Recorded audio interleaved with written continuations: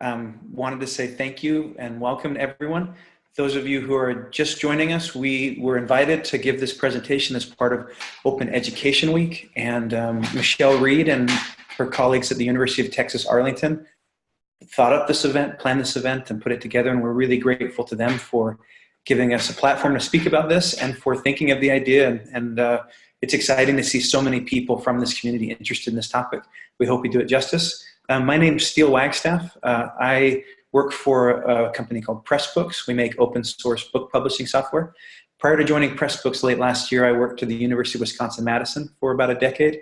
And that's where I also got my PhD in English and a master's degree in library and information studies. A lot of the topics that we'll talk about today were important to me in my own graduate training and as a reader and as a lifelong lover of books. So hopefully you'll see where some of the kind of personal interests and professional background and current interest in teaching and learning all intersect for me.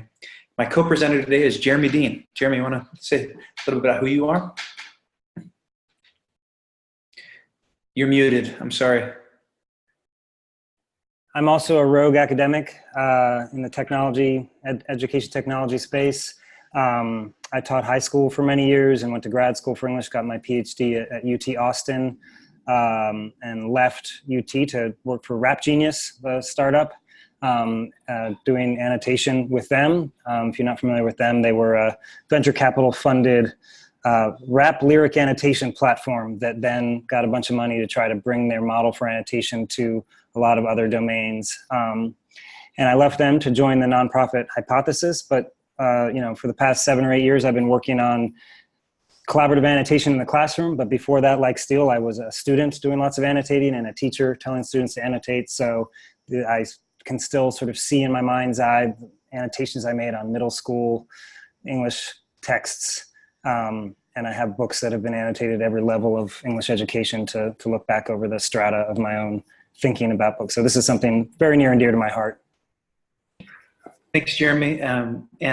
What we're going to do now is I'm going to ask Jeremy to share his screen, and we're going to be presenting from a kind of slide deck that we put together. If you'd like to see the slide deck, download it, or references it as we're talking, I posted a link to Twitter just recently, and we're also going to drop a link to it in the chat.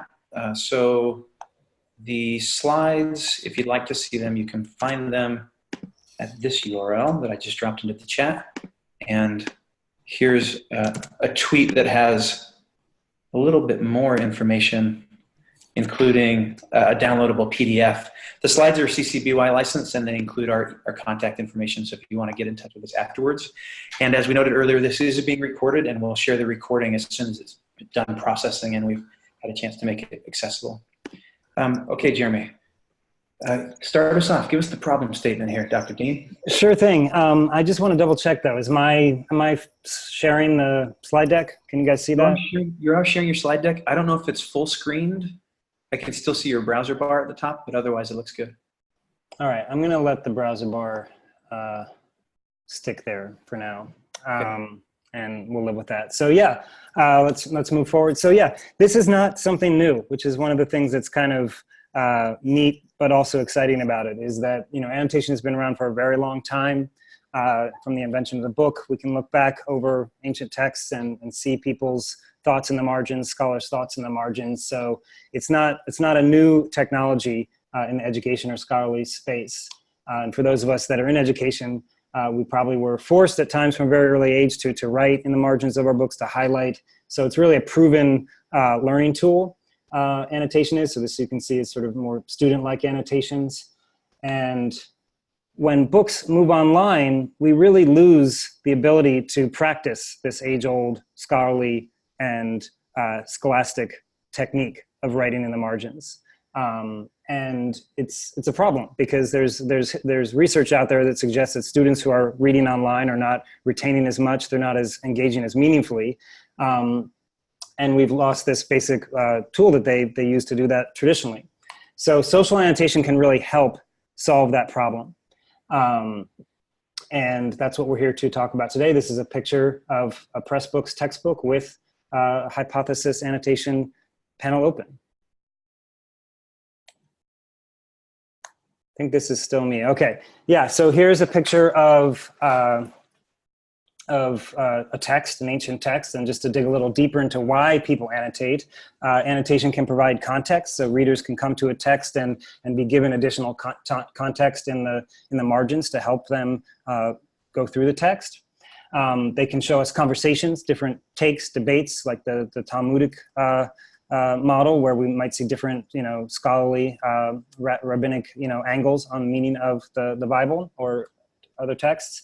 And then it's always going to be additive material that adds to the base content. When this goes online, a lot of new radical possibilities are opened. And as an English teacher and somebody who sort of accidentally found themselves in the technology space and learning a lot more about the history of the internet and the ethics and practices of technology, it was very exciting a couple of years ago when we just passed the anniversary. I don't know that I marked that.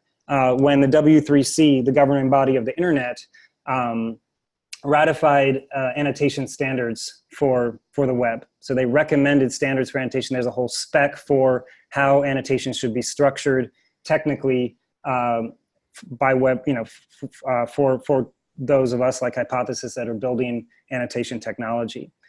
Standards are the basis of the internet, the knowledge, the wonderful knowledge ecosystem that we have in the internet. So getting annotation as a standard was a huge win for Hypothesis and for those that are interested in annotation. But I was sort of personally gratified by the fact that suddenly this thing that I had been teaching students in high school teaching and college teaching as sort of a fundamental, practice that they needed to include in their repertoire of activities as they worked in my class has now become an internet standard.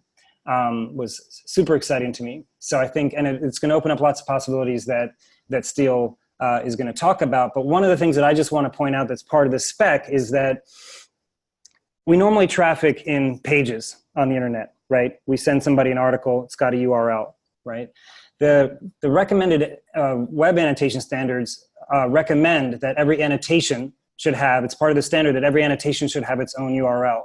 So now we have this much more granular way of trafficking in information online. And my colleague John Udell says it better than I. He says, if the web is an information fabric, web annotation increases the thread count of that fabric. So this whole health of our information ecosystem online, the way we traffic in pages, and we know from recent history that kind of trafficking on Facebook of just shared links is not a profound and meaningful way to share information. Now we have this much deeper way of talking about the information that's online, and it's employing basic skills that teachers like us have always asked students to practice, like close reading. So they can then become the stewards of that information ecosystem with the traditional training that we've given them. Thanks, Jeremy. What I want to talk about a little bit is kind of reframing and thinking about what annotation was or is for those of us who have a great love of print.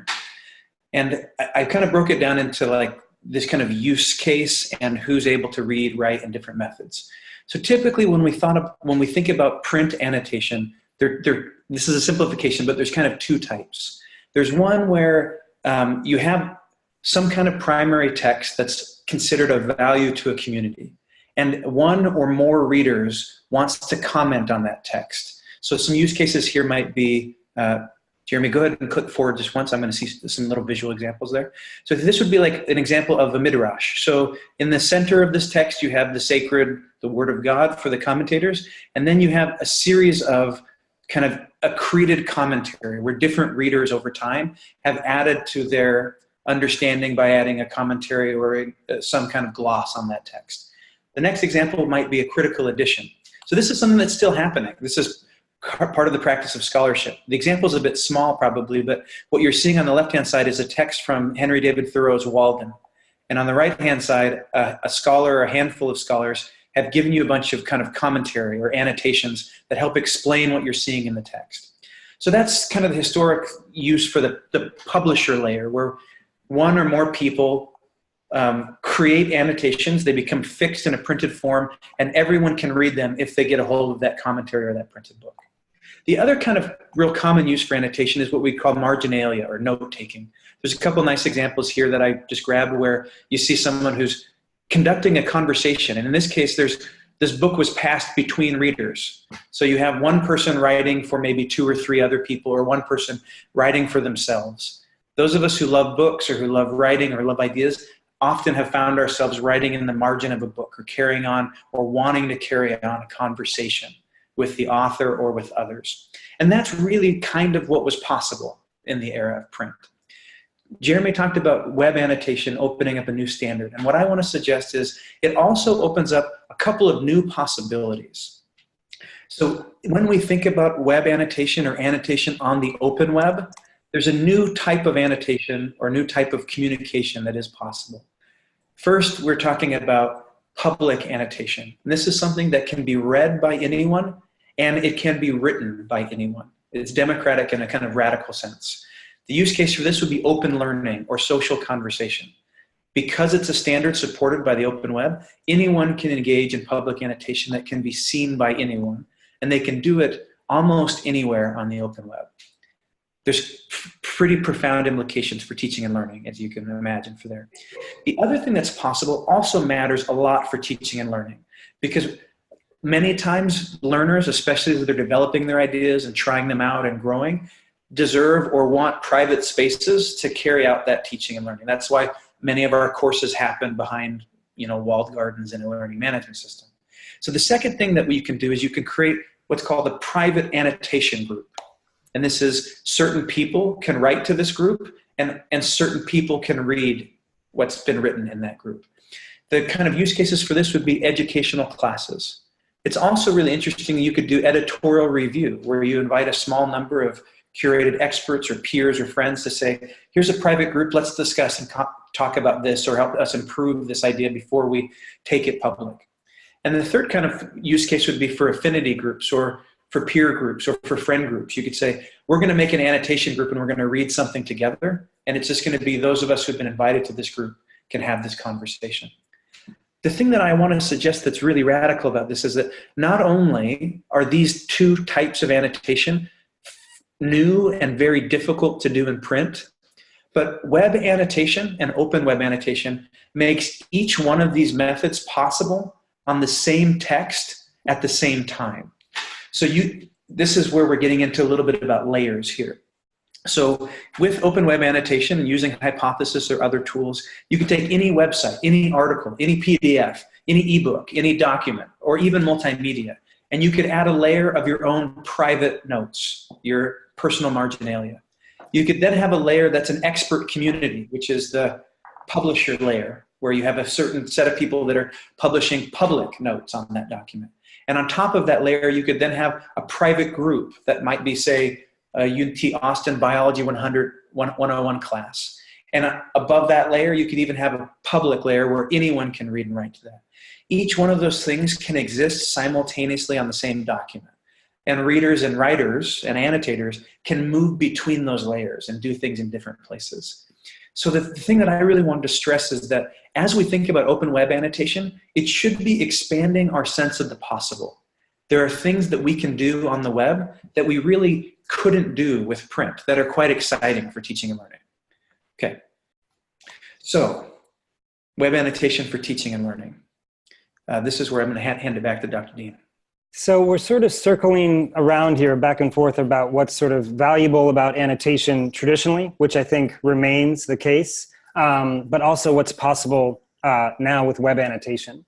I want to step back again and just sort of reiterate, and this is probably redundant for many of you that are teachers, especially in the humanities, but I just love this poem. I would literally hand out this poem. Before I knew about Rap Genius, before I knew about Hypothesis, before I knew about this webinar, I'd hand out the entirety of this poem. It's an ode to Marginalia by Billy Collins on the first day of the semester, whether I was teaching high school or college. It was the #1 thing I started with. So we're going to read a lot of books. I was an English teacher, and I want you to write in them. I want you to highlight things. I want you to write question marks, asterisks. It can be anything. And if you read the full poem, you can see he really outlines quite the sort of range of things that can come from with a good annotator, from simple sort of man versus nature, like thematic annotations by a student, to the ending of the poem. He sort of falls in love with another reader in a book he's reading because they've left some sort of stain, like an egg salad stain, I think it is, in the margin of the book. But anyway, the basic premise is we've all seized the white perimeter as our own and reached for a pen, if only to show we did not just laze in an armchair turning pages,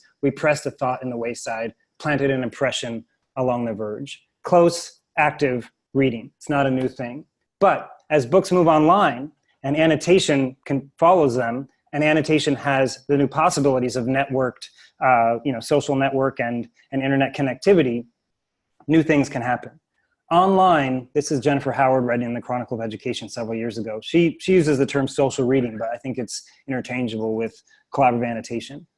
Online, a book can be a gathering place, a shared space where readers record their reactions and conversations. Those interactions ultimately become part of the book too, a kind of amplified marginalia. So something different is happening, right? A lot of those notes that we took, or I took in my middle school texts, they're lost. I can go back and visit them if I remember where they are on the bookshelf, if I've held on to the books that long. But now marginalia is amplified in all these new and exciting ways. So I want to talk a little bit about that amplification.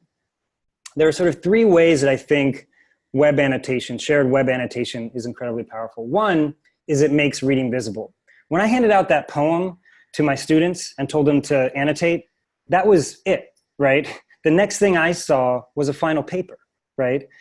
So I was writing your books, I hope they did it. I knew teachers that would actually make, and this was in high school, open their books, have the kids open their books and be like, did you annotate, But even that was like, I see some highlighting, I see some underline, I see some marks in the margins. So you did it, so you get a check. But now this sort of black box of this incredibly essential activity in terms of literacy and comprehension, a really basic thing in any classroom, are you getting the reading? Are you building on the reading? Is now visible in really powerful new ways. I mean, one very simple way to put it is that you can now know the students have read. I don't love this one, but there's lots of times when teachers say, now I know the students read because they had to do these annotations. Before I would just hand out the reading and say, do it, and then sort of stare at them in discussion, or check to see if the eye clicker was measuring whether they had successfully done the reading. But you don't know they've done it. But now you not only know that they've done it, but you can look deep into how they're doing it, how they're interacting with the text, how they're interacting with each other. I think this is going to be a huge space for learning analytics down the line. We're very immature in our sort of data gathering and transformation into caliper standards and other things, but I think the potential to harvest data from how students are annotating and convert that to learn analytics could open up entirely new fields of literacy, basically. It makes reading active. Again, this is not so much a new part, but it does bring that active reading piece to online spaces so that students are grabbing a piece of text and saying something about it. And then it makes reading social. This was touched upon before, but I love this quote. I quote the student directly because they published a blog post about it, and they actually were working in a Pressbooks with Robin DeRosa. Shout out to Robin. And the student had such a profound experience that Robin had to write a blog post about it. When I'm reading, I sometimes wonder, does anyone actually understand this? Am I crazy? With this tool, I know I'm not alone. So it brings students together to work through difficult text in a social way that they understand, and a social way that they can leverage. The number one thing that students say when they give us feedback about how things went with Hypothesis is, I learned a lot from my peers. But I just wanted to add, I think every one of us who's planned and designed a course has used discussion forums and had discussions, especially when you're having a discussion around course content. The closer you can get that conversation to the content or to the textual material, whether it's literature or science or whatever, the better that discussion can be, because it can be anchored in referencing the text or the ideas or the content a little bit better. And that's where I see annotation being really helpful. It adds discussion-like features to course content, whatever it is. Right. So you can think about it as discussion forum 2.0, and I think there are two important points to be made about that. One, rather than a teacher prompt followed by student responses, these could be organic student ideas that arise out of the text and become discussion forums in and of themselves, rather than something that was anticipated by the teacher as important and then requiring students to respond. And the other thing is that it's authentic discussion. I really feel, in my experience, it's not just because I work for Hypothesis, that social annotation is about as close you can get to a small seminar feel with an online tool. And this is not to displace face-to-face learning, but it is to say, in terms of the things we do ask students to do online, this is a pretty intimate and social one that really feels real. And it's just as quick to say, and I think we've touched on this before, it's not just an ed tech tool, right? This is something that, Hypothesis has a general web purpose, web tool that you can use and annotate privately, annotate with your friends in or outside of the academy. I use it all the time personally for note taking, but also just to say, hey, this is a cool thing, and let me share somebody, more granular on Facebook or some other piece of social media. It's not just this article, but it's this piece of this article that really ticked me off. And I think it does, it's going to, long term, our goal is to really change the ecosystem of how knowledge is spread online. Another thing that I want to stress, thanks, Jeremy, go ahead and advance the slide for me. Not only does web annotation make different kinds of annotation possible, I want to suggest that when we think about web annotation, the annotation itself can be substantively different. When you're annotating a print book, you're writing physically on the media or drawing on it, and it's text or your doodles on text. Web annotations can be more than that. They can include all of the rich media that the web can include. So here's an example, if you take it to the next slide. This is an example, Jeremy, go ahead and jump a slide for me. This is an example here of a learning activity that I built in Pressbooks for a poem, and you'll see a similar version of this later, where on the left-hand side is a bit of context. There's a poem, there's a kind of post-poem quiz, and on the right-hand side, in the annotation layer, we've included images, we've included an embedded video, we've included external links, so it's got hyperlinking in the web, and at the bottom, you can't really see it very well, but it's HTML5 audio, so you can play audio, and all of that content can live in the annotation layer. That's something that was very difficult to do when you were writing your own Marginalia, and it was even harder to share with others. So we'll talk a little bit more about how annotations can be replied to and shared, but adding interactivity to annotation is one of the really exciting things that happens with open web annotation that just is not part of a normal instructional design when you're working with print media.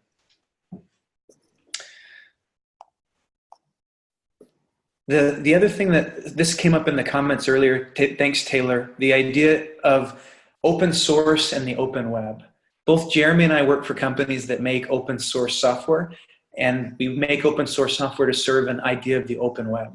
This is a really important thing for both of us and for the mission of our organization. The idea is that when we have open source software that is publicly owned or that can be publicly contributed to, and we have open standards which are widely accepted and employed, we build an open infrastructure that lets people use these tools without always serving commercial interests, and also in ways that are really limited by their creativity or by the designs or constraints of the situation that they're in. So that's something that's an important principle, I think, for both of us, and I think Jeremy had something he wanted to add. Yeah, I just wanted to add that I think, there's open source and open tools and open resources, and I think the third piece, or another piece, I don't know what number we're at, but is open pedagogy. And I really think a lot of the things that you can do with students in Pressbooks and Hypothesis, they are not disposable assignments. They are things that are opening up pathways to real learning and learning that extends beyond the classroom. And I think that's another piece that I really value. And I think it absolutely comes hand in hand with some of the other ideas of openness as well. Thanks, Jeremy. And if we jump back, I want to talk a little bit about Pressbooks. So Jeremy has explained a little bit about Hypothesis, or will explain. I want to talk a little bit about Pressbooks, what we are, and why this tool matters for me. So if you go to the next slide, Pressbooks, as I said earlier, we make open source software. This is our founder, Hugh McGuire. The company's based in Montreal, Canada.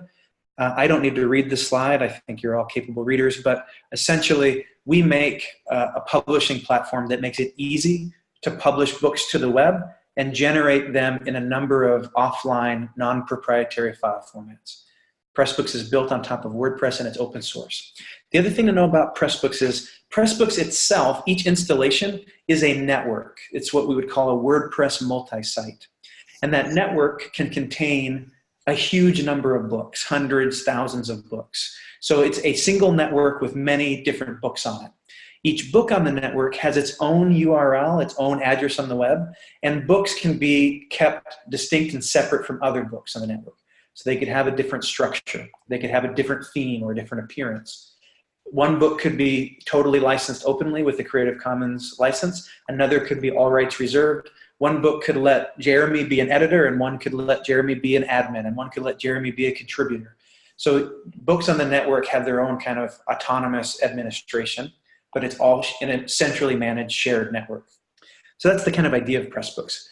Within a Pressbooks network, an individual book, if you take me to the next slide, Jeremy, is this is what the home page or the landing page for a book would look like. You have in the top left, you have kind of the title and information, including licensing information. In the top right, you have a cover image. If the authors choose to, they'd make file downloads available. That's what's shown just below the cover. And you could download the book in lots of formats, ebooks, print-ready PDFs, lots of different flavors of downloads we make available. There's a table of contents that could be expanded and show you all the content in the book. And then there's much more licensing and metadata that I wasn't able to fit in the screenshot that lives in a Pressbooks homepage. That's Pressbooks. Jeremy will tell you a little bit about Hypothesis now. First, I want to just say one thing about Pressbooks, which is that I'm a literary scholar, and I've obviously been looking at how literature looks online for students and for academics. And in my experience, there's no better looking book than a Pressbooks book. Like, Pressbooks is designed by people that love books, like I do, real books, and care about real books and what happens with real books.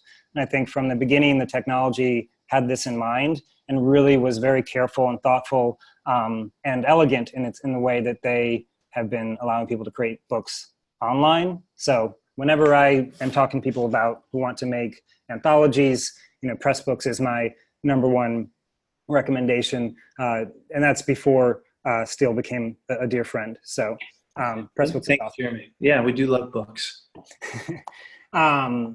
And Hugh, the founder of Pressbooks, has written quite eloquently about the issues of bringing books online in different ways and reading online. So Hypothesis is a nonprofit.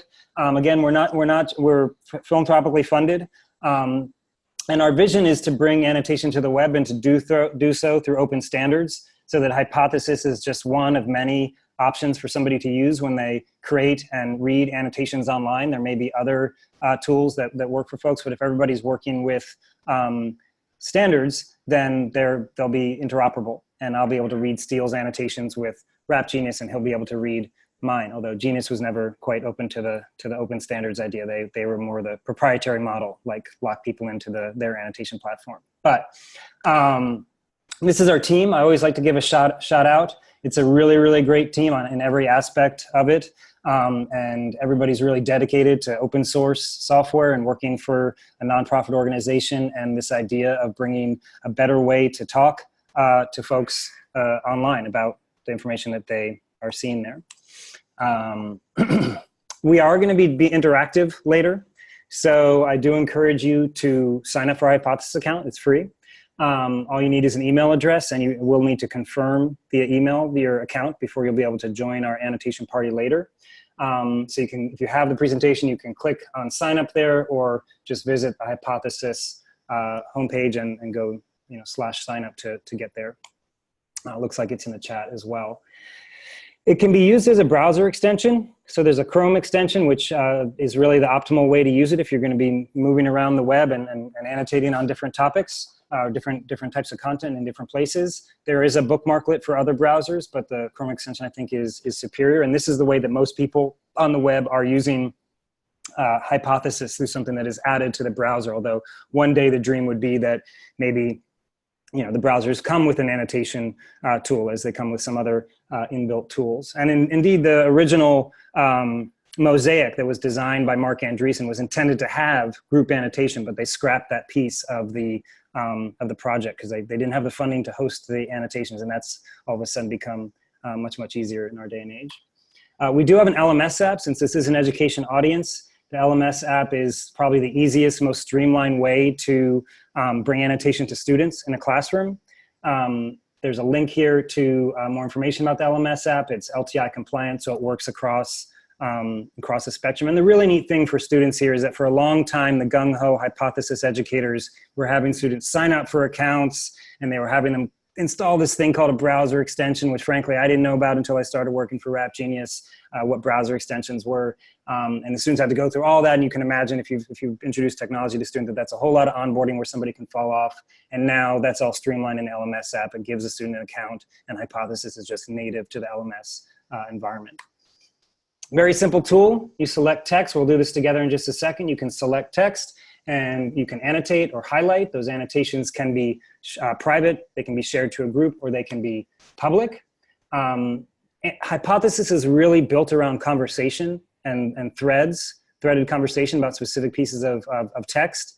And so I always say, compared to some other tools, especially like Google Docs, you're not going to have a long and deep conversation in a Google Doc margin. They do, yes, have annotation. You could put a William Blake poem in Google Docs and have a sort of discussion forum-like thread from there. But if you really want to see how people are replying to each other and have a more authentic conversation, I think Hypothesis and some other tools are better forms of annotation for discussion. And replying is a key piece, I think, of talking to students and introducing students to Hypothesis in the classroom. You really want that conversation to get jump-started.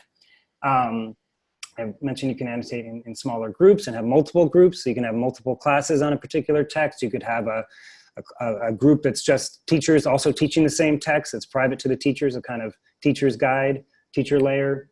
You can search your notes. This is one of the really neat things, right? I should have some books behind me and talk about that, but like a true scholar when they're getting interviewed on TV. But you know, with the books on the shelves in the margins, you'd have to kind of remember which book and haptically sort of flip through the pages. And that's a good experience too. But with Hypothesis, your notes are archived and you can go and search them for key terms. And I do this all the time when I'm preparing for presentations to sort of gather my notes. I'll tag things and then search the tag and then leverage that turning my research into some kind of writing. Annotation in the classroom. I'm just going to quickly go through some examples here. It works on PDFs. This is grad students at New Mexico State annotating a PDF. It works online. This was from an edX course out of Davidson College, I guess a Davidson X course. Shout out to Mark Sample. And they were annotated on top of Wikipedia, but any HTML web page can be annotated with Hypothesis. This one is neat. I always like to show. This is this professor at St. Louis University, Sophist Monster on Twitter, really great guy, has students annotate each other's blogs. So it can be done on published writing, like a PDF or something published on the web by some capital A author. But it can also be used to sort of deepen discussion around student writing as well. And then there's some very sophisticated uses of Hypothesis. You can see this is a project out of Tufts where the students' annotations were pretty programmatic. They had a set format that they were supposed to be annotating with certain tags and links. But then they harvested those annotations using our open API and did some amazing visualizations of Greek and Roman mythology. You're up, Steele. I think you're muted, or you're muted to me. I am also muted. Yeah, that will stop me from being heard. So there's a question for you, Jeremy, in the chat from Todd Ellis. You could probably speak better to that than I can, and I can't type and talk at the same time. So if you'd be willing not to jump, thanks. Okay. If you want, I can switch to screen share if you'd rather. And nope, go for it. I can. All right. So the other thing I wanted to note is Jeremy was talking about lots of different ways that people can use Hypothesis. One is a browser extension, and that's a pretty common way to do it. The browser extension works with Chrome, or you can use a bookmarklet for other browsers. The other thing that's possible is many website owners or publishers can enable Hypothesis to display on their site without needing a browser extension. It's just a single line of JavaScript that gets injected into the head of the site. With Pressbooks, we've enabled the Hypothesis plugin so that any book author can turn Hypothesis on for their book. It can be quickly configured. I'm showing a couple of the settings, and you can get really granular with it. So you could say, yes, I want it on these types of pages, no on these other types of pages, or yes, include it on this page and this page and this page, but not on this other page. So you can control where annotation happens natively in your Pressbook. If users use that plugin, it means that any visitor to the site can use Hypothesis without having to install a browser extension. If you jump to the next slide for me, Jeremy. Here's an example. So here is a Pressbook title on the left-hand side. Here's someone that's already made an annotation. I selected that text that you see in the kind of darker yellow. The Hypothesis annotation would pop up, and you'd see over in the right-hand pane the ability to make a new annotation. And that's just there without a browser extension. Anybody who visits that website would see and be able to use the hypothesis pane just natively on their browser. As an example of what you can do with this, putting a lot of the things together, take me to the next slide, Jeremy, if you would. Here's an example of a close reading activity. We've built hundreds of these at the University of Wisconsin for teaching literature. This was for a French literature class. I picked this example actually because the image that's being shown here is actually Averro's 12th century commentaries on Aristotle. So the image itself is like a medieval annotation, which is kind of fun. It's meta, right?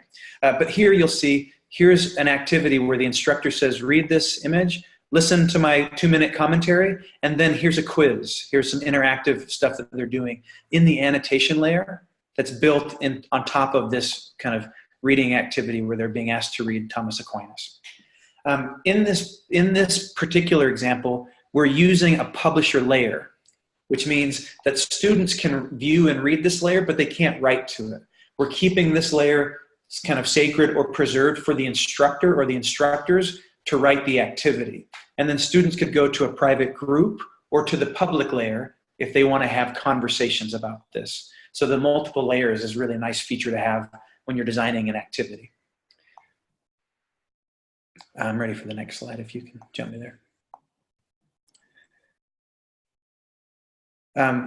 John, that's a good question. I can probably handle that one offline. I'm not sure which John this is, but send me a private message and I'll get to that shortly. So what we want to take you into do next is we want to do a shared annotation activity together. So if you've created a hypothesis account or wanted to do that, we want to invite you to join us in this activity. So take us to the next slide. What I did with Jeremy just before this is I put together like a fake or a basic poetry anthology. That's my great love from graduate school, and Jeremy also, I guess, enjoys poetry from time to time. Poetaster, if you will. So I put together 4 sample poems, and the links are there if you want to jump into one of them. And if you prefer to make annotations in a private group rather than on the public layer, I've also created a private group, so you can feel free to make your annotations in private rather than public. And in each of these links, you'll see a poem and you'll see a couple of seed annotations. There's some questions. We'll kind of walk you through what you do when you make an annotation. So as an example, jump to the next slide, please, Jeremy. You'd select some text. You click the annotate button. Then, you all right? Okay. Next slide. You can then use this little simple WYSIWYG editor on the left-hand side to add rich text, to add images, to add links or other kinds of things in the content. You can also paste YouTube videos or Vimeo videos or even references to MP3 files, and they'll automatically get turned into little iframes that display. You can also then use tags. That's shown on the right-hand side. If you jump back, so you can tag your annotations so that they can be clustered or kind of sorted by type so that you can find them and arrange them later.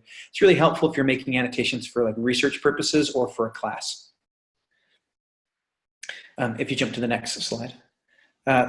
Then if you're the author of an annotation, you can edit it with that little pencil. You can delete it with the trash can. The reply button would let you reply, and we'll jump to the next slide and I'll show you the last thing that you can do. Reply is on its own slide, so you can reply. And then if you click on that share button, what you'll see is each annotation, as Jeremy said, gets its own unique URL. I love this because when I'm an instructor, students frequently have questions, especially if I've got a long text that they're reading digitally. They have a question about something from the reading. In the book, I'd be like, oh, turn to page 84, it's on the 3rd paragraph. On the web, there aren't pages, and I could be like, oh, the 17th paragraph, but who's going to count 17 paragraphs? Instead, I can simply create an annotation with some kind of explanation or link or other resource and send that URL to that student who's having a problem or to everyone. And when they open that URL, the page will open and it will take them to the annotation in context.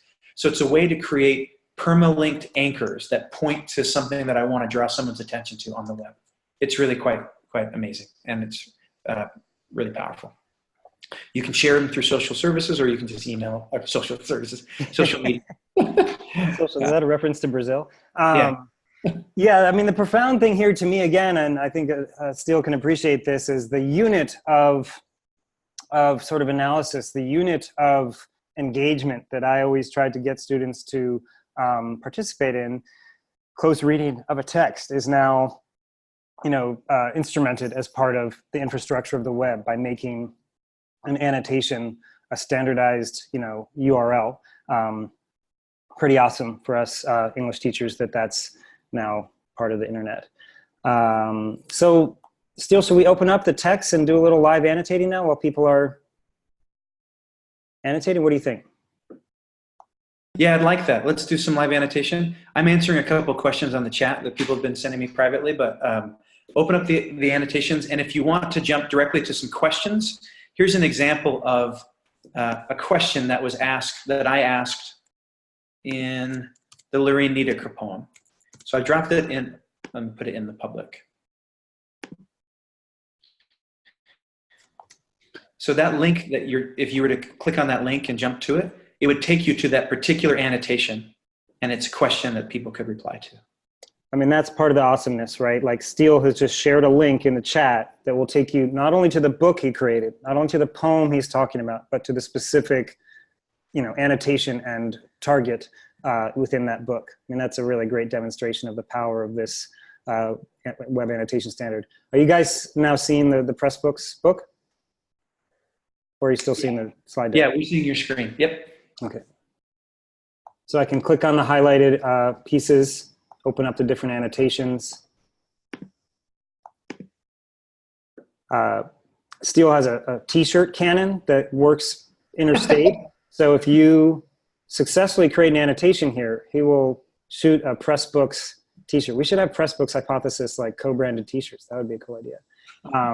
But I'll be calling people out. Looks like Steele did a bunch of annotations here, but I'll be calling people out who have successfully annotated. Looks like people are staying away from the Niedecker, so I'll go to one of the other poems. It's a shame. She's the greatest. Nobody's on Hey, Bob Butterfield. Where's Bob Butterfield?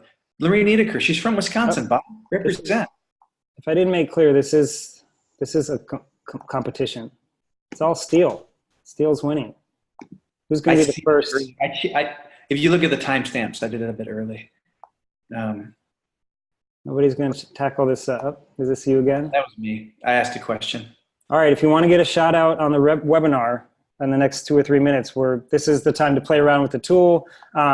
Looks like just now, Kay Dellinger has created an annotation. So congratulations there. Kyle, thank you, sir. Denlinger. It's always hard with the usernames. Nice work, bringing in some outside context. I like that. Citing Wikipedia. We'll chat offline, Kyle. Hey, we got somebody that created one on Blackhawk. All right, thank you, Kareem. All right, let's go over there. I may be pronouncing that incorrectly, but. So one thing I'll do here is that it can be hard because Steele kind of gets carried away. He's that kid that always talks in class. Yeah. So I am going to go to the upper part of the sidebar, and rather than search by location, I'm going to search by newest. And then the UNI Collab Training Group, shout out to UNI, has created a sample annotation with nothing insightful in it, but nonetheless successful use of the tool. So congratulations there. And KL Carpenter, congratulations there. Lots of test annotations. I encourage you guys to slow down. We do have a little bit of time to actually read the poem and see if you can say something smart. Steele will shoot a t-shirt at you across state lines from this t-shirt cannon. One thing I also want to show is that I have a t-shirt cannon just in case you're a literalist or just listening to this by audio. I do not have a t-shirt cannon, but I do have a mango the size of my head. This little icon here tells me there's new annotations on the page. So rather than refreshing the whole thing, I can click there and I can see Dr. Pirate has created a successful annotation. So shout out to Dr. Pirate. Can look and see if folks have annotated any Sappho takers. This you again. All right. Some folks on the Sappho. All right, hey, Jeremy, Dr. Dean, we have a great question. Is it possible for us to decide if our annotations are public or private on an individual basis? So go ahead, Would you show me how that looks? Your screen's a bit grainy, but maybe others can see it more clearly. Yeah. There we go. So right now I'm highlighted longing, and I'm given the option to annotate or highlight. Highlights are default private. We get asked this a lot. I want to make public highlights, and I technically could by creating a blank annotation, but our premise is that I'm less interested in your highlight. Again, this is about conversation. I'm more interested in your annotation. So once I create an annotation, it's going to default to the previous mode. It says I'm in the public layer, and I have a choice in the public layer down here. Once I create an annotation, if I can spell, I can either make it public or I can make it only me. So that is a private annotation in the public channel. You guys won't be able to see this something clever annotation. It won't register because I've made it privately. I could also annotate in a private group. This is my group dropdown. I'm a member of a lot of groups because I support a lot of classrooms. But I'll just go to hypothesis reading. This is an internal one. Obviously, we're not reading Sappho at hypothesis. But this annotation you also wouldn't see. You're looking at this doc, maybe fragments of Sappho, but if I annotate here, it's defaulted to the group I selected. So this one also would not be visible to you where you are looking at Sappho. So yeah, I can create private annotations, public annotations, or I can share them to the group. Steele was talking about some other forms of groups. There could be a group that we have that is just Steele and I, that is our annotations for you guys to see, and it would be the Steele Dean layer. That's a good name. Steele Dean layer, and then you would see those annotations in a public group, but you wouldn't be able to contribute to them if it was a closed public group.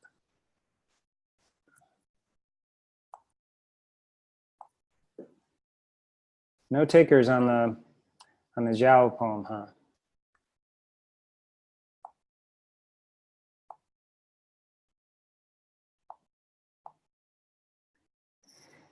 Are we coming up on 5 minutes left here? Yes, conformance to WCAG, we can talk about that. I'm in the private group, thanks. Kyle, you're calling me out all over the place here.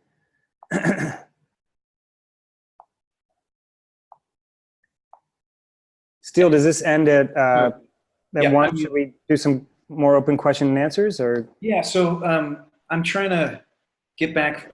I've got a bunch of chats going on, so I'm a little overwhelmed, you know, doing too many things at once. But I think in the big picture, the thing that I wanted to stress is hopefully you've seen a bit of a flavor for what web annotation can contain, the various kinds of layers that it can exist on, both for public and in private situations and settings, some of the extensions for teaching and learning. Now, Jeremy and I focused a lot on humanities and literature-based conversations today, but as you can imagine, it's really genericizable, or you can use it across disciplines or within other disciplines.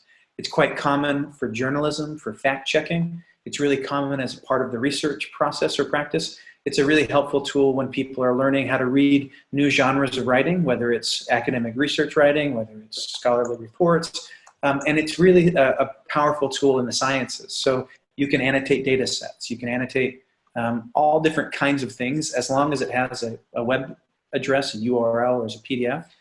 Those annotations can anchor to them and can be used to conduct the kind of learning experience that we covered today. There were a couple of other questions in the chat. Before we go, I do want to thank Michelle and others at UT Arlington for asking us to put on this webinar. Hopefully it met or matched your expectations for what we were going to talk about and how useful it might be. We focused a lot on the two tools that we're most familiar with, but of course these principles are generalizable. It doesn't have to happen in Pressbooks. Doesn't have to happen with Hypothesis. They're just really great open source tools that let you do this.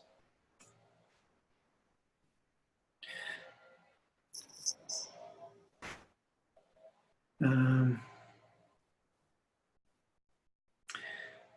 we miss anything from the chat? Hey, sorry, I'm talking to the group here in person. Okay.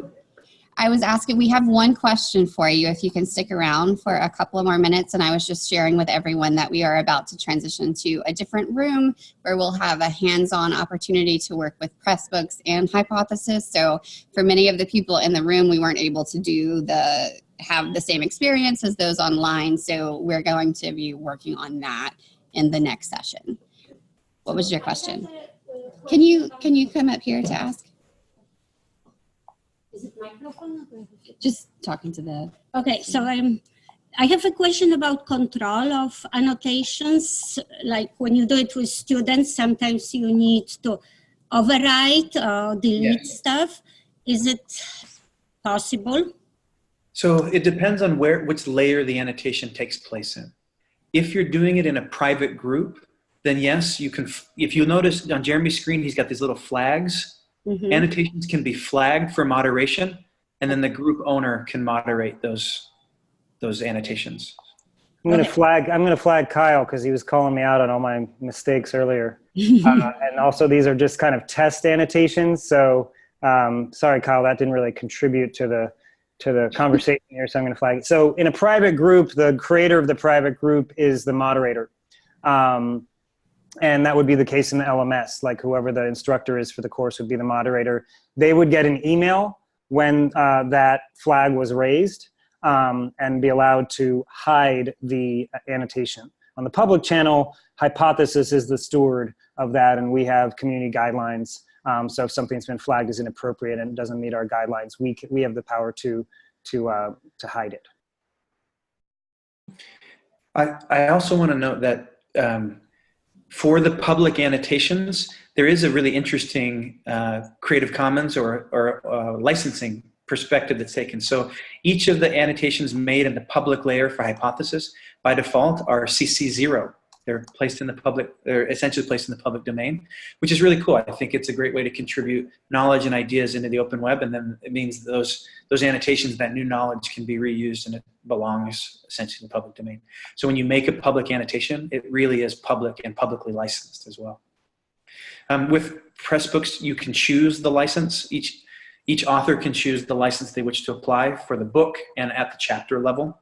So we give authors ultimate power over how they license their contributions.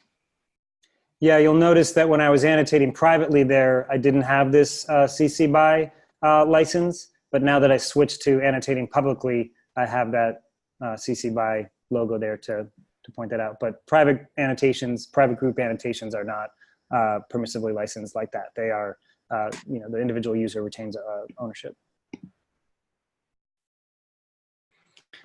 I think we're at time. Thanks everyone for coming and listening to us talk about annotation. We hope it's prompted some thoughts, some inspiration. If you'd like to continue this conversation, Jeremy and I would love to talk to you more about the tools that we've built, about open web stuff generally, about annotation, about publishing, and about the future of whatever you're trying to do at your institution with teaching and learning. Our emails are listed here, and we're both on Twitter. I hope you have a terrific rest of your open education week, and we'll see you in the world somewhere. Thanks, Michelle. Thanks, folks. Stay in touch.